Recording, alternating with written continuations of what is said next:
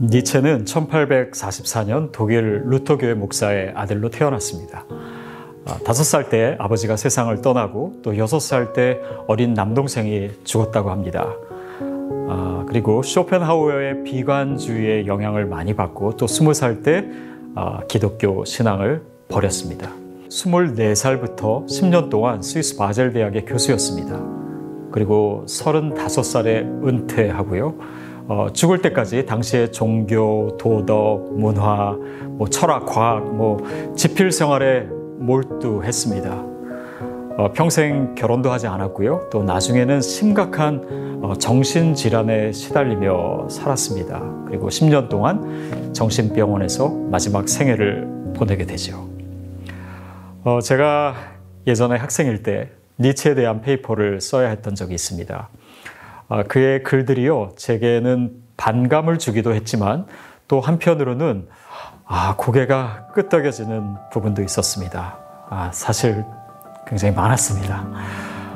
그의 시대를 예리하게 읽는 그 통찰력, 그리고 그 시대의 사고의 틀을 벗어나려고 한 그런 도전들, 또 포스트 모던 시대의 물꼬를 튼 그런 철학적 견해들, 이런 것들이 매력적이었습니다.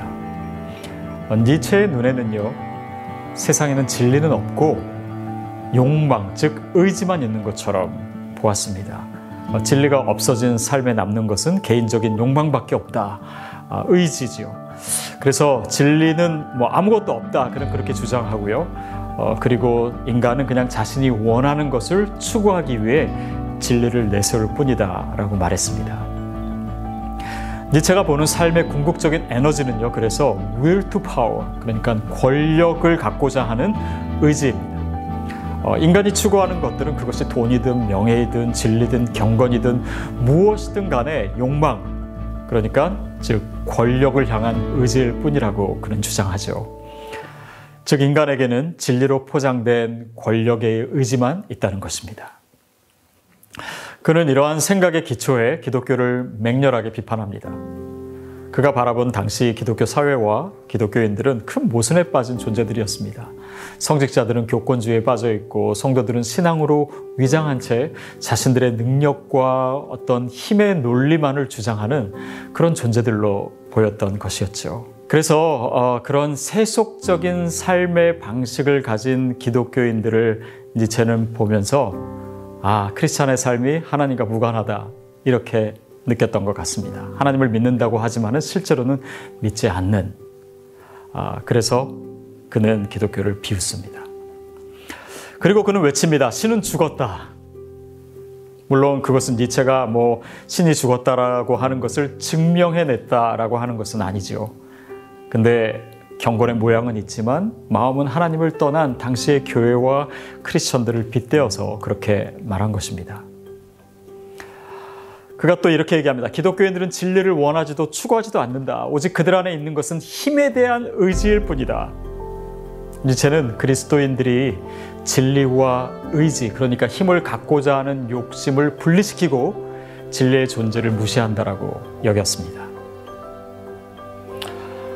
물론 저는 니체를 좋아하거나 또 그의 사상과 주장이 다 옳다라고 말하는 것은 아닙니다. 그러나 기독교에 대한 그의 비판 속에는 오늘날 우리가 겸허하게 크리스찬들이 들어야 할 이야기들이 많습니다. 그리고 이 시대에는 니체의 눈을 가지고 교회를 바라보는 사람들이 물론 많습니다. 크리스찬은 그것을 외면하거나 애써 부인하기보다 그 비판에 귀 기울여야 한다고 저는 생각합니다. 그리고 그들의 매를 아프게 맞아야 될 필요도 있습니다. 니체가 기독교를 제대로 이해했다거나 또 그의 비판이 모두 정당하다라고 하는 것은 물론 아닙니다. 그러나 많은 크리스천들이 아직도 진리와 결별한 채 세속적 욕망을 가지고 살아왔고 또 오해와 왜곡의 빌미를 제공한 것도 사실 맞습니다.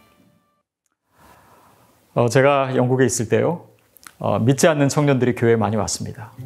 근데 그때 제가 느꼈던 건 뭐냐면 그들이 제 설교에 감동을 받기보다는 그냥 저희가 없는 살림에도 불구하고 제 아내가 싸주는 김치, 또 대접해주는 그런 식사, 그런 것에 깊은 감동을 받더라고요.